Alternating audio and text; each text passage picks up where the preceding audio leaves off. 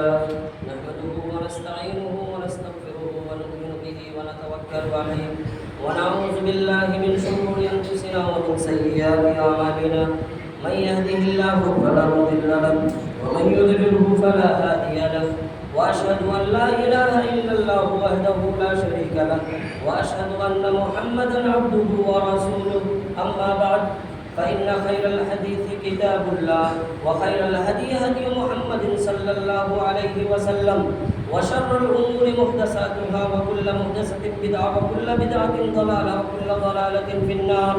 أعوذ بالله من الشيطان الرجيم. بسم الله الرحمن الرحيم. فإذا قضيت الصلاة فانتشروا في الأرض وابتغوا من فضل الله واذكروا الله كثيرا لعلكم تفلحون.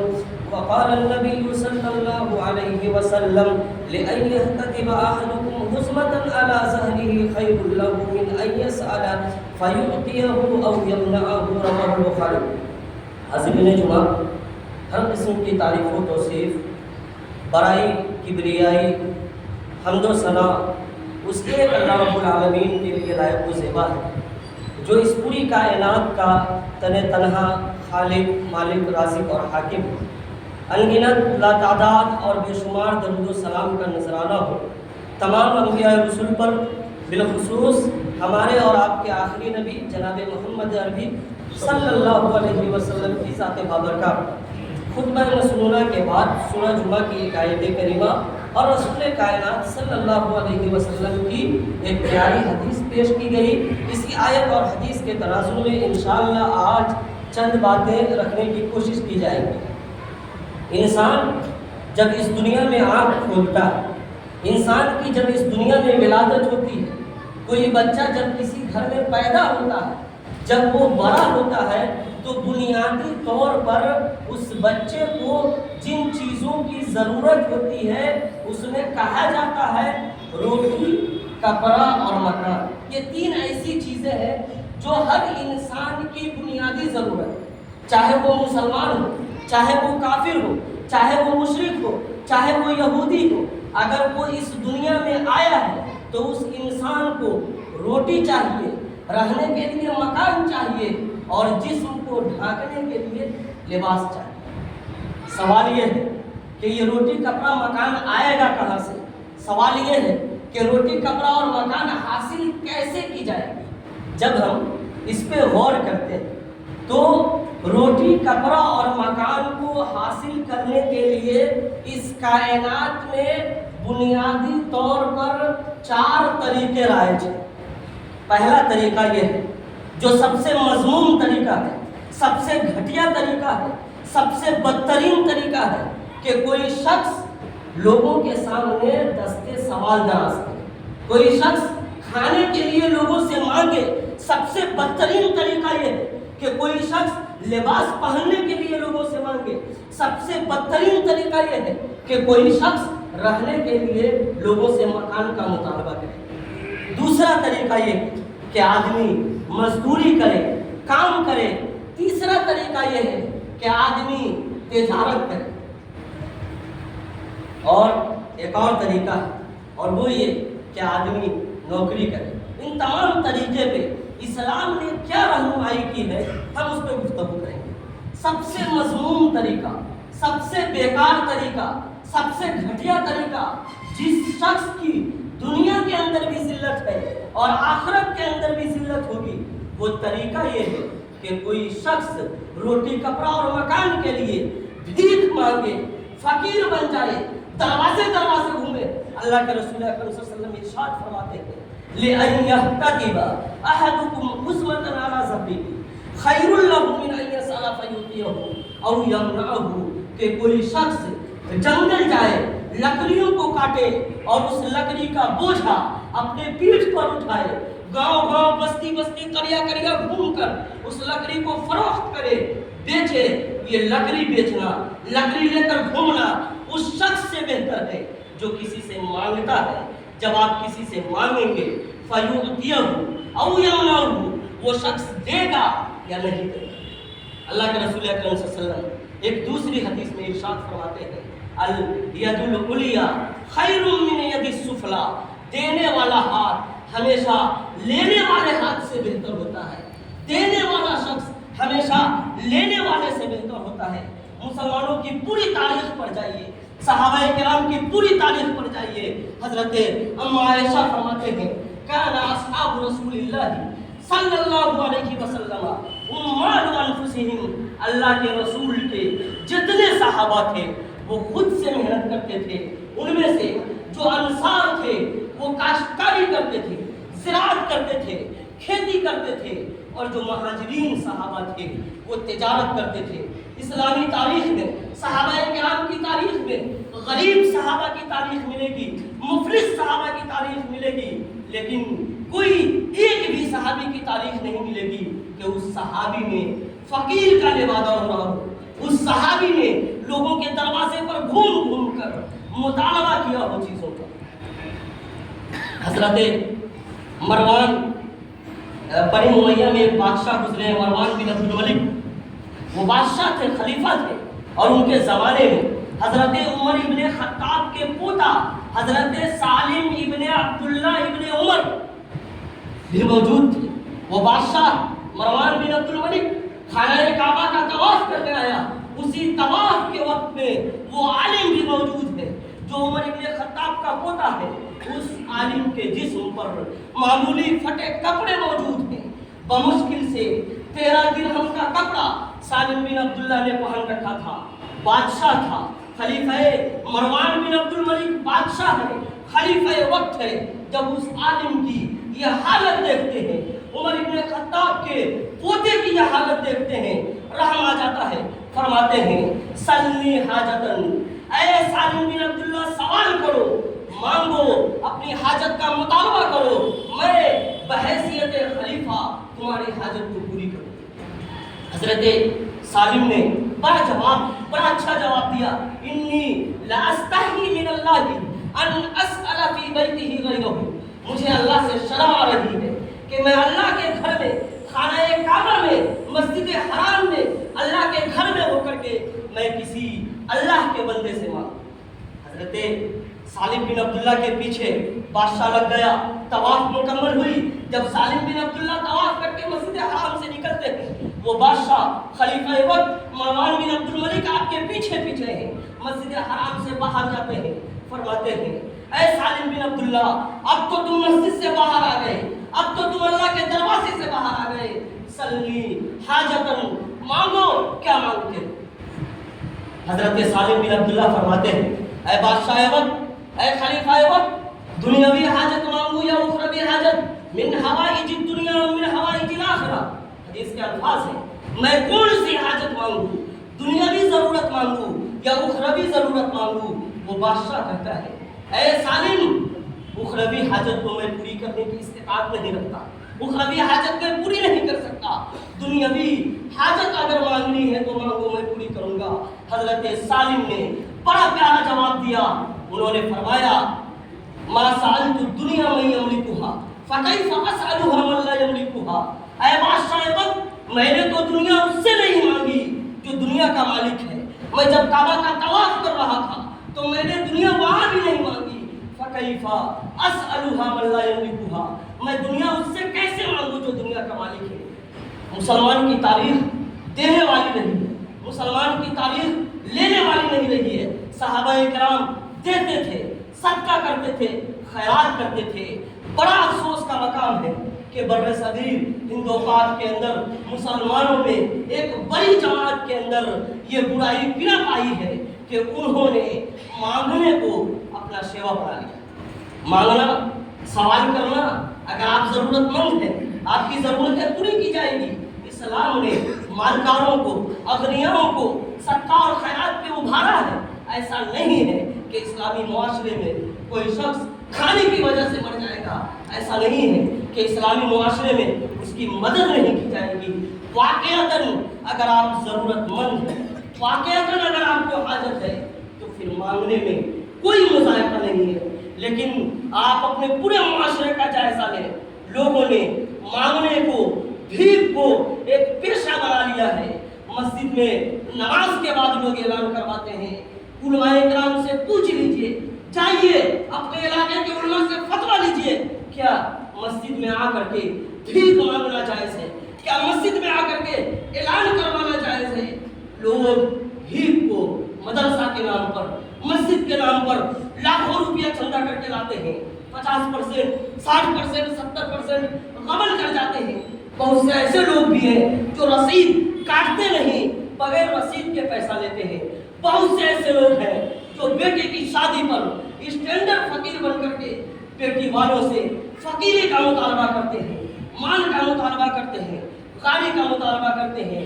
یہ تمام جو صورتیں ہیں، ان تمام صورتوں کو اسلام نے ان تمام صورتوں پہ قدغن لگایا ہے۔ اللہ کے رسول اکرم صلی اللہ علیہ وسلم فرماتے ہیں، ما اکل احد طعاما قط خیرا من ان یاکل من عمل یدہ، کہ سب سے بہتر کھانا یہ ہے، سب سے اچھا کھانا یہ ہے۔ سب سے اچھا کھانا کھسی کا گوشت نہیں ہے، سب سے اچھا کھانا بریانی پلاؤ نہیں ہے۔ اللہ کے رسول فرماتے ہیں سب سے اچھا کھانا یہ ہے کہ آدمی اپنے ہاتھ سے کما کر کھائے۔ سب سے بہتر کھانا یہ ہے کہ ایک مسلمان، ایک مومن اپنے ہاتھ سے کمائے، خود بھی کھائے اور اپنے بال بچوں کو بھی کھلائے۔ روٹی کپڑا اور مکان کی ضرورت کو پوری کرنے کے لیے ایک دوسرا طریقہ یہ ہے کہ انسان کاشتکاری کرے، انسان جائے کھیت میں، کھلیان میں نکلے، ہل جوتے، اناج بولے۔ اللہ کے رسول اکرم صلی اللہ علیہ وسلم، اما عائشہ فرماتی ہیں، بخاری کی حدیث ہے، میں نے حدیث پڑھی کہ اللہ کے رسول کے جتنے صحابہ تھے وہ خود سے کام کرتے تھے۔ جو انصار صحابہ تھے، مدینے کے صحابہ تھے، وہ کاشتکاری کرتے تھے، کھجور کی کھیتی کرتے تھے، اور جو مکہ سے صحابہ ہجرت کر کے آئے تھے وہ تجارت کرتے تھے۔ ایک دوسرا طریقہ، بلکہ ایک تیسرا طریقہ ضروریات کو پوری کرنے کا یہ ہے کہ انسان محنت اور مزدوری کرے، انسان نوکری کرے۔ اس کی بھی وضاحت اللہ کے رسول نے فرمائی، وہ جو ہم نے حدیث پڑھی، لِأَن يَحْتَطِبَ أَحَدُكُمْ خُصْمَةً عَلَى ظَهْرِهِ خَيْرٌ لَهُ مِنْ أَن يَسْعَلَ فَيُؤْتِيَهُ اللَّهُ، کہ کوئی شخص جنگل میں جا کر لکڑی کا بوجھا اپنے پیٹھ پر اٹھا کر گاؤں گاؤں جا کر فروخت کرے، یہ اس کے لیے بہتر ہے کہ وہ کسی سے مانگے۔ 3 طریقے ہم نے بیان کیے۔ پہلا طریقہ بھیک مانگنے کا طریقہ۔ اسلام میں بھیک مانگنے کا کوئی کنسپٹ نہیں۔ کل قیامت کے دن جب میدان محشر قائم ہوگا، جو لوگ بھیک مانگنے والے ہیں ان کے چہرے پہ گوشت نام کی کوئی چیز نہیں ہوگی، پورا چہرہ گوشت سے خالی ہوگا۔ ہر شخص دیکھ کر کے پہچان لے گا کہ یہ دنیا میں بھیک مانگا کرتا تھا۔ ایک دوسرا طریقہ یہ ہے کہ آدمی کھیتی باڑی کرے۔ ایک تیسرا طریقہ یہ ہے کہ آدمی محنت مزدوری کرے۔ اور جو سب سے بہتر طریقہ ہے، جو سب سے اچھا طریقہ ہے، جو نبوی طریقہ ہے، جو انبیاء کرام کی سنت ہے، جو اسلاف کی سنت ہے، محدثین کی سنت ہے، علماء کی سنت ہے، وہ یہ ہے کہ آدمی تجارت کرے۔ اللہ رب العالمین ارشاد فرماتے ہیں، فَإِذَا قُضِيَتِ الصَّلَاةُ فَانتَشِرُوا فِي الْأَرْضِ وَابْتَغُوا مِن فَضْلِ اللَّهِ۔ جب نماز مکمل ہو جائے، اسلام میں رہبانیت نہیں ہے، معاف کیجئے گا، اسلام اس کا نام نہیں ہے کہ آپ دن رات مسجد میں بیٹھ کر کے اللہ اللہ کریں، تسبیح گنیں، نفل پڑھیں، تلاوت قرآن کریں۔ آپ کے بیوی بچے بھوک سے مر رہے ہیں، آپ تہجد میں مشغول ہیں، آپ چاشت کی نماز میں مشغول ہیں، آپ تلاوت قرآن میں مشغول ہیں۔ اسلام کو یہ مطلوب نہیں۔ فَإِذَا قُضِيَتِ الصَّلَاةُ فَانتَشِرُوا فِي الْأَرْضِ، جب نماز مکمل ہو جائے، نماز ادا کر لو، فَانتَشِرُوا فِي الْأَرْضِ، زمین میں پھیل جاؤ، نکلو، بازاروں میں جاؤ، شہروں کا چکر لگاؤ۔ وَابْتَغُوا مِن فَضْلِ اللَّهِ، اللہ کے رزق کو، من فضل اللہ، اے من رزق اللہ، اللہ کے رزق کو تلاش کرو۔ نماز آپ نے پڑھ لیا، نماز مکمل ہو گئی، فرائض پڑھ لیا، سنت پڑھ لیا، نوافل پڑھ لیا، اب آپ کو مسجد میں بیٹھنے کی ضرورت نہیں ہے۔ فَانتَشِرُوا فِي الْأَرْضِ وَابْتَغُوا مِن فَضْلِ اللَّهِ، نکلنا ہے اللہ کے رزق کو، اللہ کی جو رزق ہے اس کو تلاش کرنی ہے۔ اللہ کے رسول اکرم صلی اللہ علیہ وسلم بڑی پیاری حدیث فرماتے ہیں، ترمذی شریف کی روایت ہے، لو انکم توکلون علی اللہ حق توکلہ لرزقکم کما یرزق الطیر تغدو خماسا وتروح بطانا، کہ اگر اللہ پہ بھروسہ کرنا ہے، اللہ